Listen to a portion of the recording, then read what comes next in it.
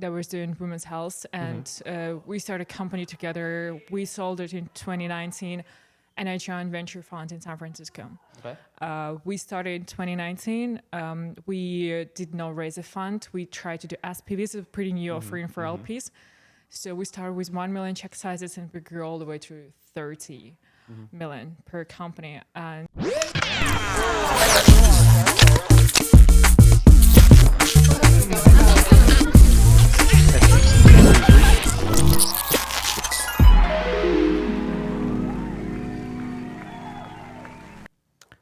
Hi, everyone. I'm Matej Psata from Blindspot. This is the Lumos House podcast. It's part of the series that we're doing for all the Lumos houses that we've had this year, the year of the Lord 2024.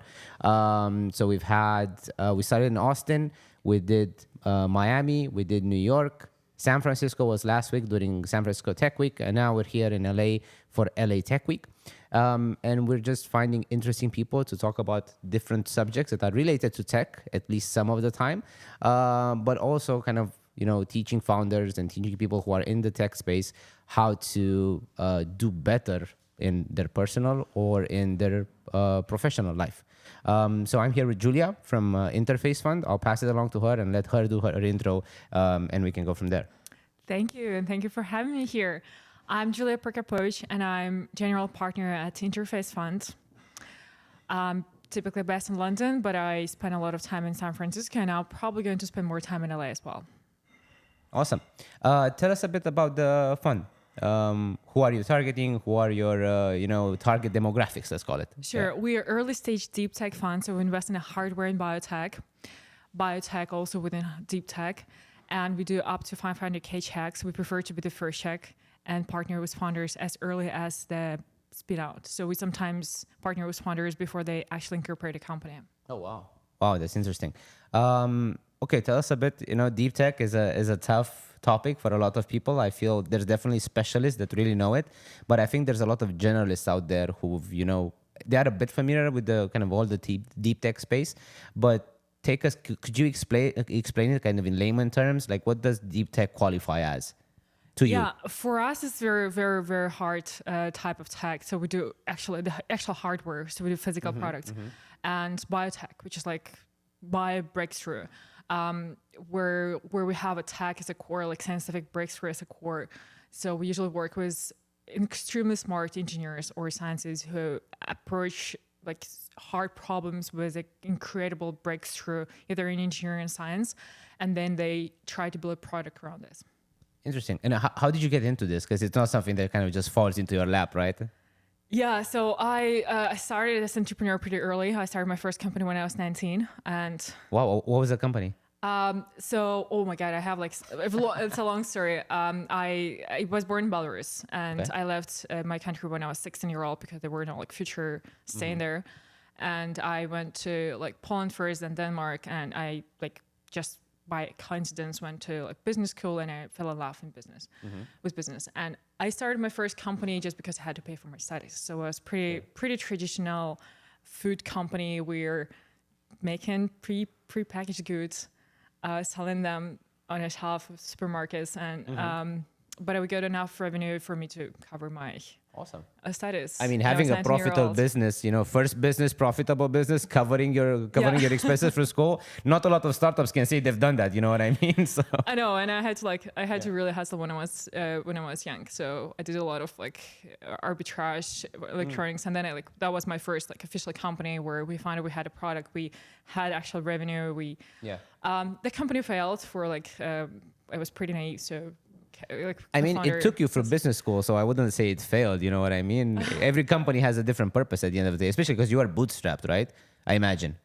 Bootstrap, but also my family. We had friends and family around, so we had family and friends who invested in us as well. So we had some angel investors. But yeah, we kind of failed a little bit later. But I kept doing companies since then because I just fell in love with entrepreneurship. I built my first AI company in 2013. It was still not AI back then. It was big data. Yeah, Like yeah. we call it big data and machine learning. Yeah, there was a trend. Yeah, exactly. It started off with algorithms in the beginning. Then it was big data. Yes. Then the whole Cambridge Analytica scandal happened in like Yes. 2014, I think.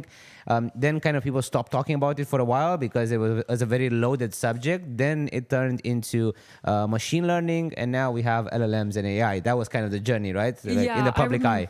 I remember I was at MIT and we did like this big data analytics, and we actually like really called it big data. There were no like something like, well, we actually had artificial intelligence a while ago. Sure. So one of like my mentor where he was at, oh my God, it was like 90s or something, where he was doing voice recognition. Wow. So that was like a long time ago. So we had artificial intelligence for a really long time, but actual model training, we called big data for quite a long time, then machine learning, and then we went into like more and more like understanding this, like this is probably the new approach for artificial intelligence. Okay. Wow, fascinating. So, and how did you go into deep tech after that? So you said, so for the packaging company, you did an AI company, a big data company, like 2013. Yeah. Take us I kind through of like failed several companies. Yeah. Then I had, then I partnered with UCSF spin out that was doing women's health. And we started a company together. We sold it in 2019. And I joined venture fund in San Francisco. Okay. We started in 2019. We did not raise a fund. We tried to do SPVs, it's a pretty new offering for LPs. So we started with 1 million check sizes and we grew all the way to 30 million per company. And therefore, like we moved to growth stage. But we were generally, so we covered pretty much everything across sectors, but we all had like very specific interests ourselves. And I was personally interested in like solving the hardest problems. Yeah. And something like in me was always leaning towards like being very geek and like trying to go into like the hardest problems possible. That's my personal passion. So I was always looking at quantum computers where early we invested in Diamond Foundry, we invested in Luminar Technologies, and we were going into like hard problems, but fundamentally our team was interested in science and engineering a lot. So we were doing a lot of SaaS and software in general. We did not do any consumer at all, so I have no experience there. But we personally were just geek on like nuclear fusion, for instance, or next semiconductor approach. So we've been generally pretty interested. We did a lot of aerospace as well. And at some point of time, we went so much into growth stage, I realized we just lost the connection with the startup world. So it was like with founders, because when you do Series D, you don't really talk to founders anymore. And I have like finance degree. I kind of like can read those pre-shit, but like I don't want to go there and be that very financial technical person, just like looking at the company's health and strategizing around like, not having this personal feeling of the company. And that's what I find the most interesting work and most important. So, and because you invest in early stage companies, you told me off podcast that sometimes it's the companies that are not even incorporated, right? So they don't actually exist. It's probably a few people with an idea and that's pretty much it. How do you filter out, who you invest in? Because I think it's tougher because when you have the unit economics, at least you can kind of do the math and say, okay, this is going in the right direction or not. But do you invest in, for example, especially if it's a first-time founder? Because I think, okay, if it's a second-time founder or a third-time founder, they have their background, so you can look at what they did in the past and say, okay, this guy or this woman is good because they've done that before. But what if it's a first-time founder and they're building something deep tech, something hardware, they don't have anything to show yet? How do you know if they're a right fit or not for you? Yeah, that's why I like early stage much more than growth stage, because you work with people and you invest in founders. So when I talk to companies, I talk to founder first, trying to understand the founder. Then even though we are doing deep tech, I still try to come with a founder first approach and then make it proper due diligence on our tech and understand whether science is feasible. But founder come first, and yeah, like that's a people business. 100%. So. And when you say founder first, like what do you look at in their personality? So first, obviously their skills, right? I imagine that's one of them. But what else would you look at in a founder? Like someone's coming to you, they have the technical expertise, because I imagine that's one of the first things when you're doing, hardware and deep tech stuff. But say they have the expertise, what else? What other kind of characteristics do you look for? I think resilience, great, and ability to build a team and be the leader. Yeah. That's probably hardest. I was reading something recently that I think Andrew actually shared this. Andrew Young, our co-host here, shared that, and I'm curious to your thoughts about it. That you need to kind of be very complementary with your skill set. Like if you're a very technical person, you need to learn branding, for example. Not be an expert in it, but at least understand it. If you're a great marketer or a great growth marketing person, you need to understand tech. You don't need to necessarily be the best engineer in the room, but you need to at least understand what's happening in order to become great at what you do. What are your thoughts on that? Yeah, so founders actually need to grow much quicker than the company is growing, so they need to be a step ahead of the company. And that's for sure. They need to understand everything that's happening, and they need to have a skill set, not a skill set, but at least like understanding of the general idea of like every single piece of the company's structure. That's for sure. I completely agree with this. Definitely founders have a different skill set. They come from different backgrounds. So if you're like very technical person, you definitely can learn something, but learning is also some sort of like talent in people. Not everyone can learn and move. So like this is something we look at founders as well, because we invested in incredible scientists who just turn out to be incredible entrepreneurs as well. We kind of feel it very early because you just drop them an idea and they get excited, but they also start to like, they're curious, they start to ask questions, they like try to find answers, they ask you more, they ask you for interest, they ask you for like advice. We definitely like, because we do very early stage, we don't have resources to be helpful like past probably Series A, but on a super early stages, we definitely can help them to understand the process better than So presuming an early stage founder wants to pitch you something, like every founder does, especially if they're early stage, what would you recommend in terms of the process? So do they need to have a prototype? Do they need to have a deck? Do they need to be very passionate and have a team? What are kind of some of the things that you would look at? Someone you don't know, it doesn't have a warm intro to you. Let's say they just cold email you somehow. What would be one way to stand out for them? Well, that's a really good question. I think it really depends case by case because we invest across all deep tech sectors. If that's biotech, we definitely need to have more data than hardware. And hardware probably will look for a prototype, but typically the main criteria will be they need to go past scientific risk. Okay. So we would not accept the research projects. We need to understand that they're already in a stage where they pass scientific risk, but they're kind of like engineering risk, because we can understand whether that's feasible to build and scale and manufacture. We don't want to risk the science. We don't want to have the binary outcome of the scientific R&D. Okay, that makes sense. And I imagine when we're talking about stuff like this, you mentioned nuclear fission earlier, right? So when we're talking about quantum computing, I imagine the timeline for stuff like that is way longer than if you look at consumer apps and stuff like that. Because usually when you're talking about, I don't know, a new consumer app, it's usually a 5 to 10 year ratio for it to be for it to kind of reach its peak, right? But if you're talking about quantum computing, I'm not sure how you see it. Like, when do you think stuff like this will be at its tipping point for it to totally change the world? Because I totally believe it will. I just don't know what the timeline is for it. Is it 5 years? Is it 20 years? Yeah, so fusion and quantum computer is probably a very binary type of technology, so we have no idea. Okay, so it's either going to happen or not, type of thing. We are not. That's why we don't invest there.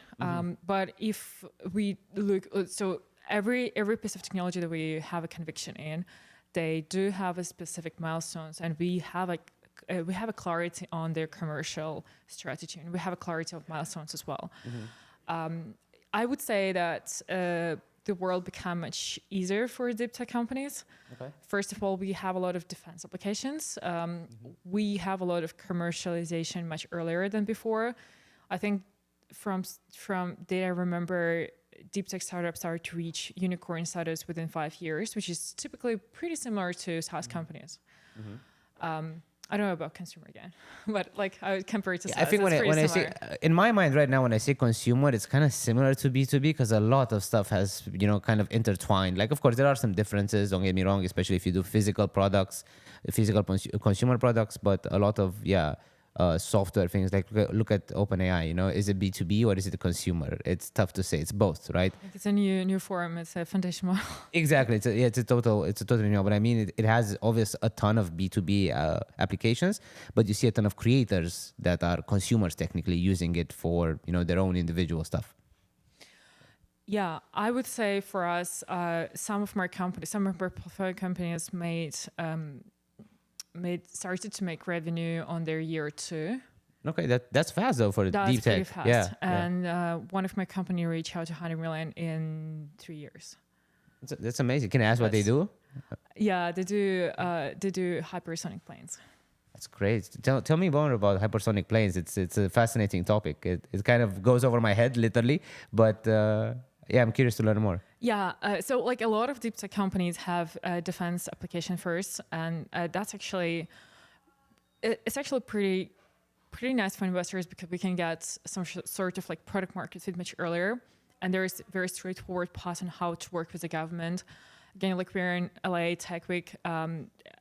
Founders Fund Andreessen just made several events here in Al Secunda to clarify how to work with governments. So they brought a lot of founders who just explain like if you want to work with government, if you want to get defense contracts, and that goes like across a lot of hardware from aerospace to nuclear reactors and semiconductors, and probably no less bio, but more like hardware.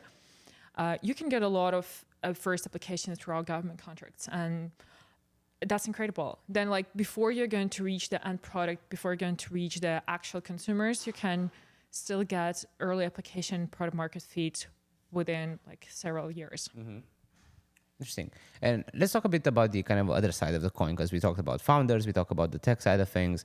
What about investors, right? Because we were talking again off podcast for a second about the fact that I think a lot of consolidation is going to happen in a lot of different industries over the next years, and I think it's kind of the right timing for it. And you'll have a lot of people that want to kind of go back into the startup ecosystem, maybe not as a founder. So founders who exited, or people who have somehow gotten into capital. And some of them might not be experts in the field, right? So say they want to explore deep tech. How would you normally? So who are kind of the LPs that you traditionally raise money from? What's their kind of, what's their background? Do they need to be deep tech people, or are they sometimes people that are not familiar with the space but they trust you that you know how to explore and navigate the space? Yeah, usually people who invest with that, they're very passionate about deep tech at least. Okay. So they're not necessarily looking for just financial returns, but they're very excited about industry as well, because well, to be honest, you can make money in a lot of different spaces, which much more predictable, less riskier, and we actually on probably the riskiest part of venture capital.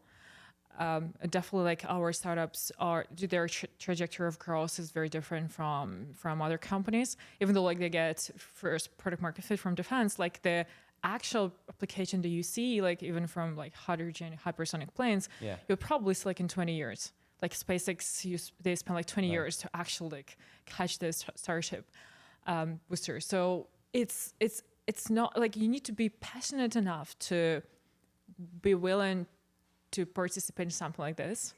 And we work with primarily family offices and angel investors at this point. We don't have much institutional capital, but yeah, all of them are very excited about the field. Yeah. I think that's what I was thinking about. It feels more like it's definitely about wanting to change the world, like for real, rather than just focusing on financial upside. You get both. If you get it right, you get both, and the financial upside is huge. We SEC we do financial returns. Yeah, no. I mean, we don't disregard that. Of course, but I'm curious. Would you consider, like, by your definition, is deep tech hardware only, or could it be software? Like, is OpenAI technically deep tech or not, in your view? Like an LLM, not necessarily OpenAI, but an LLM. Well, technically, we would look at LLM if they're science related. So if they're related to the hardware, we would still need to have a hardware component in this. We can look at the software, but only if that's together with the hardware. We would not look at the software only, but to be honest, we almost made an exception last year because we had several incredible foundation models in physics, and they were providing like some sort of simulation around physical spaces, and that could be the exception we can make, or if that's biology, we make like digital twins and go into some sort of like diagnostics, or it could be like pure software or like pure foundation model for us, but if that enable either biology or hardware. Okay. And what do you think people should? Because I feel deep tech doesn't get the same kind of spotlight like other industries do. So, what do you think people don't know about the deep tech industries and they should know? The risk profile in a deep tech companies is not as tough as they actually think. Like we don't invest in science R&D. It's like a lot of people assume we would probably just invest into R&D and wait for the science to be proved. We actually invest post scientific risk, and this is like a huge misconception about deep tech. We have much more data than people assume that we do. That makes sense. So you basically get in once the science has been already proven, right? You mentioned that earlier. Yes, we have enough data. Like for instance, we go in biotech, we know that there is a lot of animal data being proven that this specific technology works in animals. So we definitely have some sort of risk, but I wouldn't say the risk profile is very different from software companies, but it's not extreme. It's not like the scientific risk. We don't do scientific risk, and I think like a lot of people just don't understand. Well, they just their assumption is still that we are on an extreme like lab type of approach if we are early stage investors, but we are not. Noted. Is there any deep tech company out there that you wish existed? Oh yes, I really want to see the intersection of consumer and hardware. We need much more. Actually, first of all, there is like a lot of great tech happening in either in academia or in different labs, and transferability of this is very low. It's incredible, heartbreaking to see how many incredible science, incredible tech just staying in a lab and never see the market. Honestly, for a lot of things, we are trying to find solutions. There are solutions already, but we never probably see them in the market because there are not enough people who can transform science into the product. And there are almost none, who can transform this into consumer product. And we have a lot of incredible tech that can reinvent the whole healthcare system, for instance. It's much easier to work with, like, let's say, aerospace, defense, government, and a lot of different hardware companies, and even like B2B applications. But finding someone who can build a consumer product, like design-led product on top of the incredible scientific breakthrough and be some sort of like Apple approach in this, Apple has approach in this. I wish we have like more founders like this. So I guess up to a point, something similar with what AWS did. Would that be an example when they built, AWS within the Amazon infrastructure? Because I know the story of AWS when they were that was an internal project. The whole AWS thing started because somebody had an idea to do something internally in Amazon, and they have this. They used to have this philosophy where if a manager wanted to say no to a project, they had to write a 2 or 3 page essay about why this is a bad idea, which, funny enough, was a very nice way to encourage innovation. Because if you have to justify why you're saying no, suddenly it becomes more complex. Is that a good example or no? No. The example would be like trying to be consumer facing.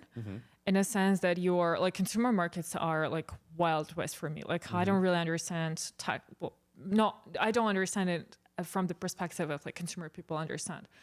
But I also understand a lot of consumer products. I see that they don't have enough technical. We can do much better in consumer products, to be honest.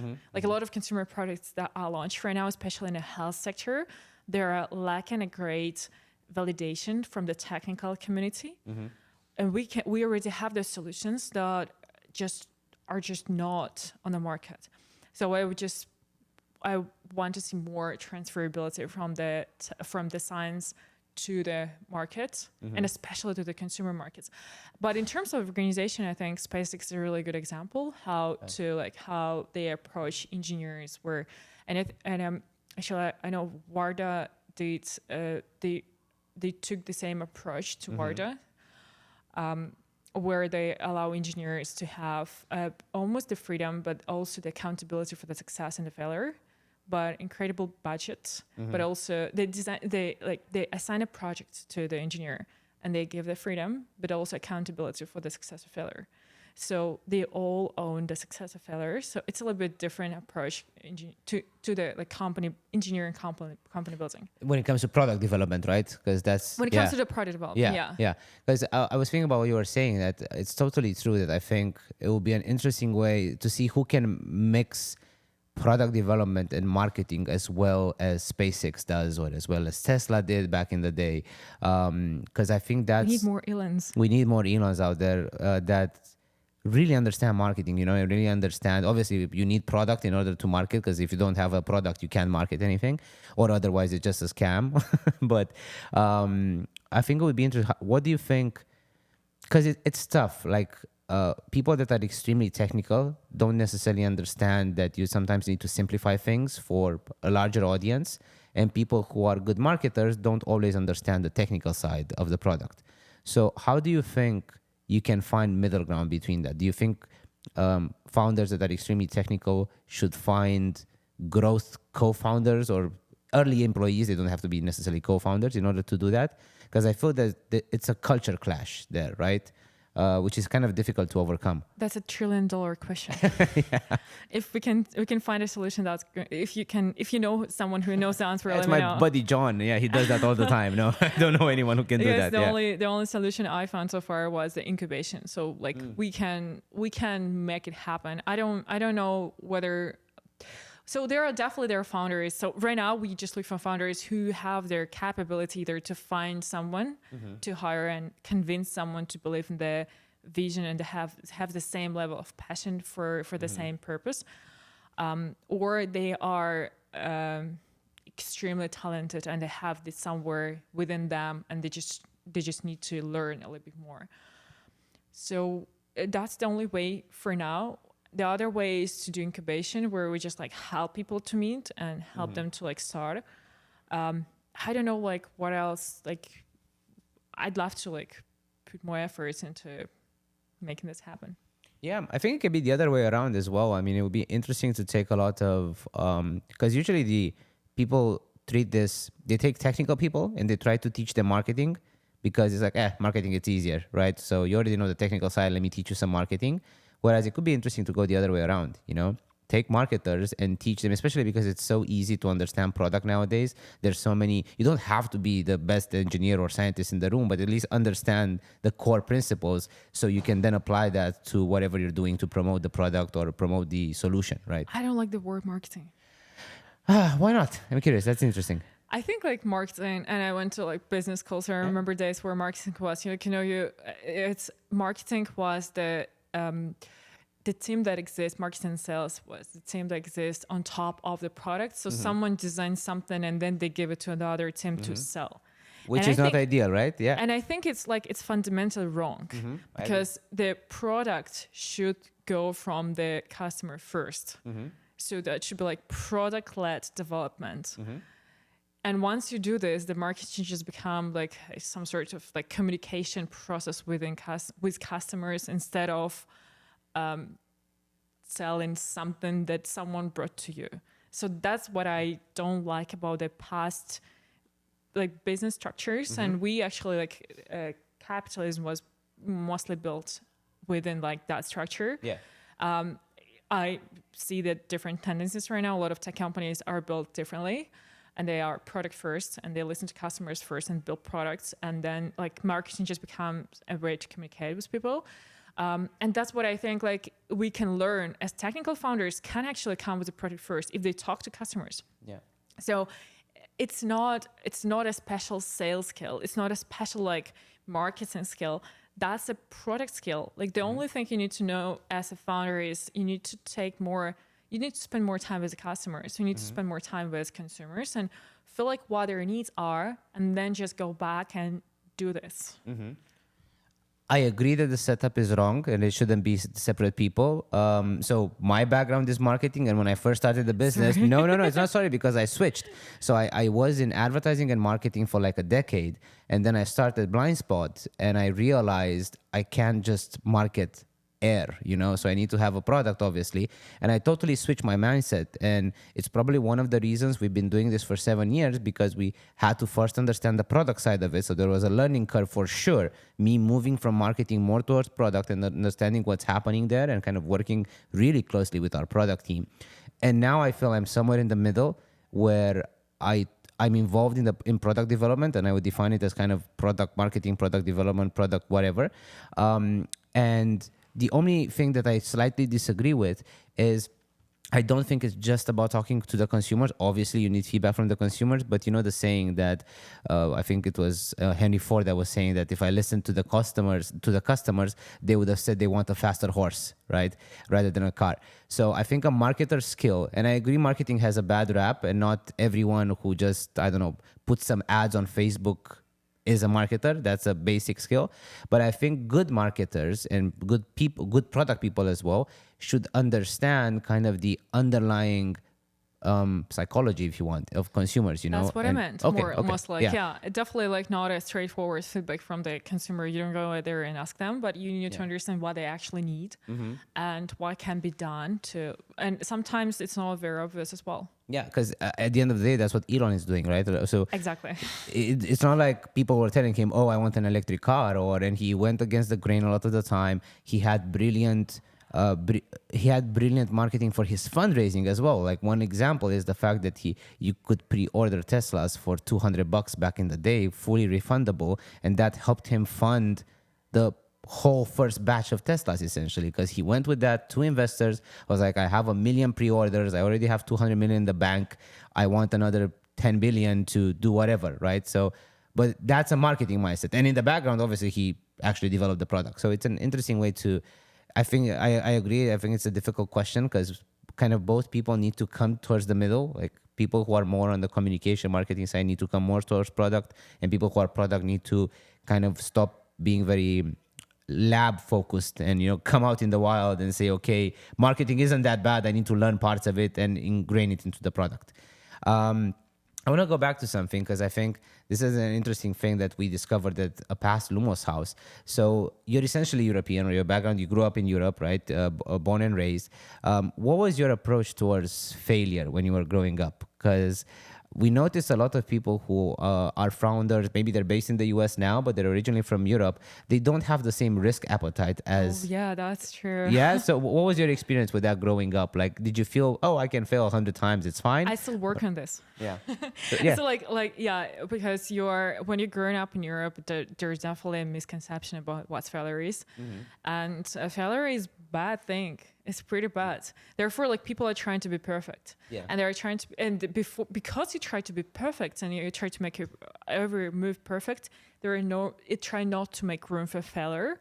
That means like you're trying to decrease the risk in your daily life, in your decision-making process, just because if you're going to fail, that's going to be a really bad message to everyone. Or it's just the end of the world, right? You're not allowed to restart, or no? You can, but it definitely negative. Definitely a negative path for people. I moved to the US in 2013, and it's been like more than 10 years, and I've been trying to work on this still, to feel that failure is good. But sometimes I also try not to talk about my failures because I still feel like this sort of worry that people would just mistreat my failures as kind of something bad, that I'm not perfect.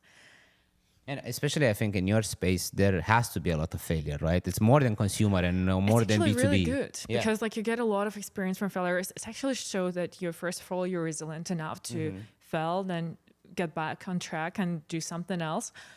Secondly, of course, you learn a lot from failures. You learn more from success, but you learn a lot from failures as well. And you definitely learn the best pathway to learn in combination of success and failures.